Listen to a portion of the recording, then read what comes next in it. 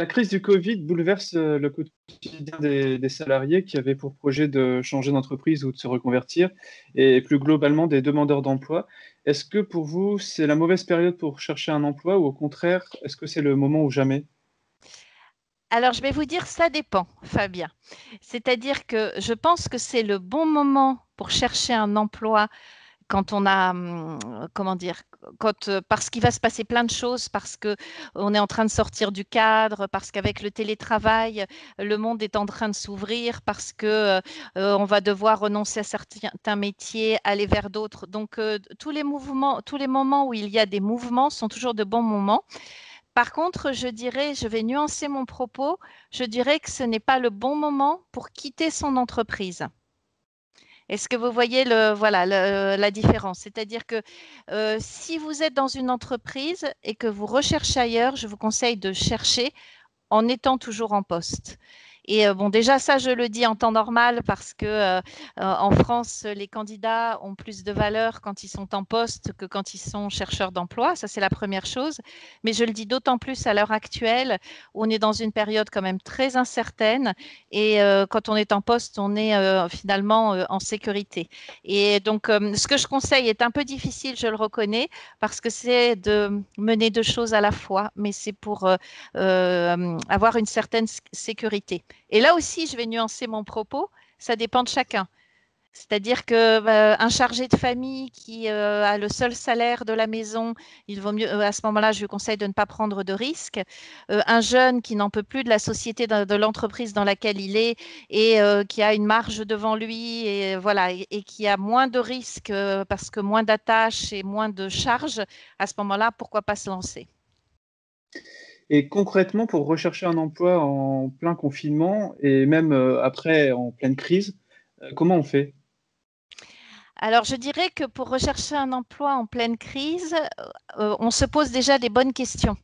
Il y a deux niveaux de questions. On se pose des questions sur soi-même, savoir ce qu'on a envie de faire, surtout si on est en poste hein, et qu'on veut quitter son job.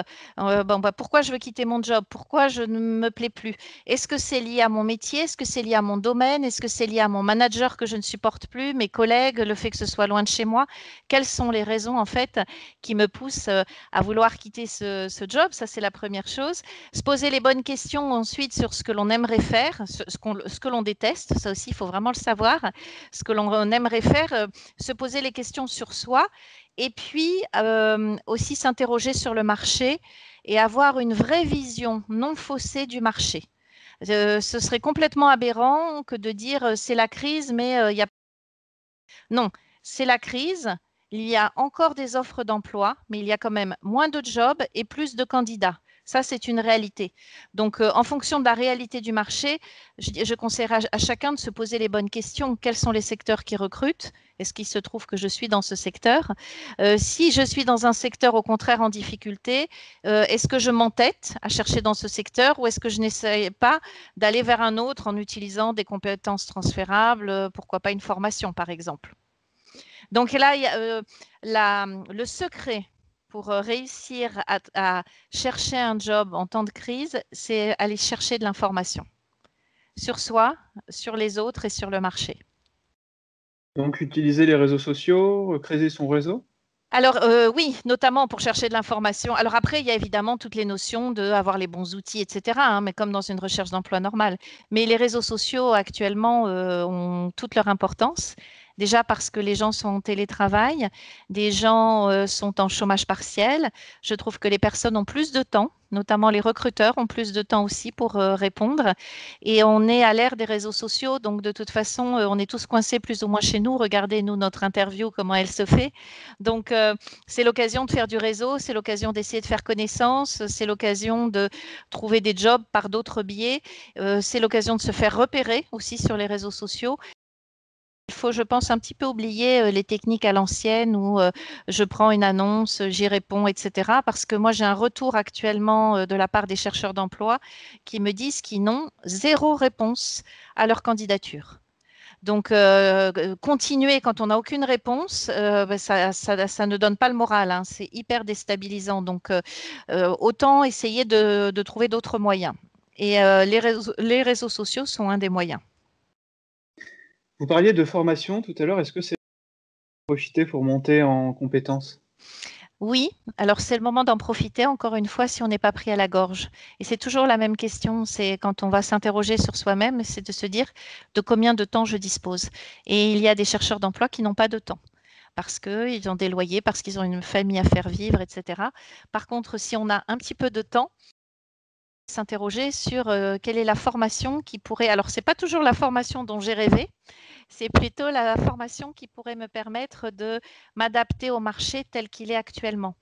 Je vous donne un exemple, le marché, je ne sais pas, les métiers de l'événementiel sont très touchés, ou du voyage ou du tourisme. Bon, bah, si c'était ma spécialité, vers quel autre type de métier je pourrais aller et quelle est la formation qui pourrait m'y aider? Voilà, se poser ces questions-là.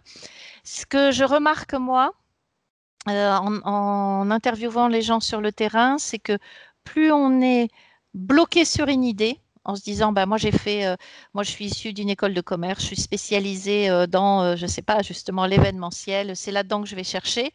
Et plus on est bloqué, plus on reste dans, voilà, dans cette voie, même si ça ne marche pas, plus on se retrouve en difficulté. Par contre, si on se dit, ben, moi, je suis spécialisée dans cette branche, c'est là que je veux chercher et je prendrai le temps qu'il me faut, bon, ben, c'est pas grave. Je prends le temps qu'il me faut, je sais que ça va être difficile et peut-être que je vais trouver quelque chose. Mais à ce moment-là, il faut avoir conscience, je pense, de la difficulté.